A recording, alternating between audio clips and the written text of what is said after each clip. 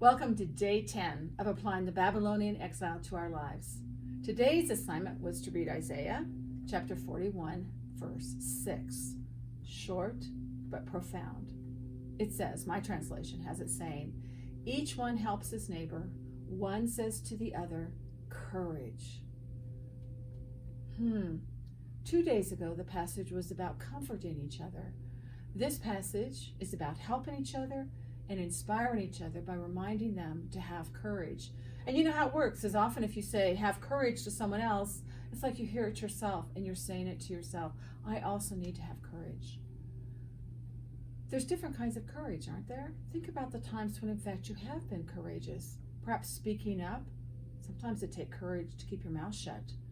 Physical courage is what's usually in the movies, but what about moral courage? Spiritual courage? What other kinds of courage can you think of?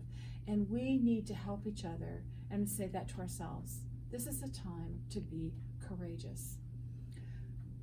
It also says, because of that first sentence, each one helps his neighbor, it means that we are in this together. This is not a time for just that rugged individualism that we as Western Americans think is so important.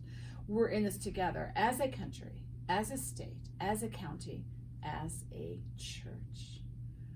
We're not alone in this. And we have to remember that the Babylonians had to remember this too. 2,500 years ago, this was so important that they had a prophet saying this to them. Help your neighbor, say to each other, have courage. What I'd say for right now with this passage is, first of all, think about where have you seen courage during the exile of our lives today? Where have you seen courage? What kind of a courage was it? Don't get stuck on physical courage. Kind of expand your understanding of that word. Think about it and then say a little prayer for those people. Thank God for those people who have demonstrated courage in whatever way. Who has helped you through this? Verse 1, each one helps his neighbor.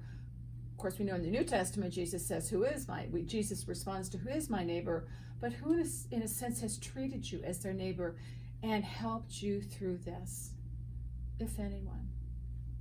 So say a little prayer for that person or those people who are helping you get through the virus. Maybe it's just the people in the store if you have to go to get groceries and are demonstrating a kind of courage. But did you pray for them after you left? And then, have you had to do anything that required courage of you? What was it? And then thank God for giving you the courage to get through your challenges. That's what I've got. For tomorrow, please read Isaiah chapter 41, verses 9 through 10. See you tomorrow. Don't hang up your harp.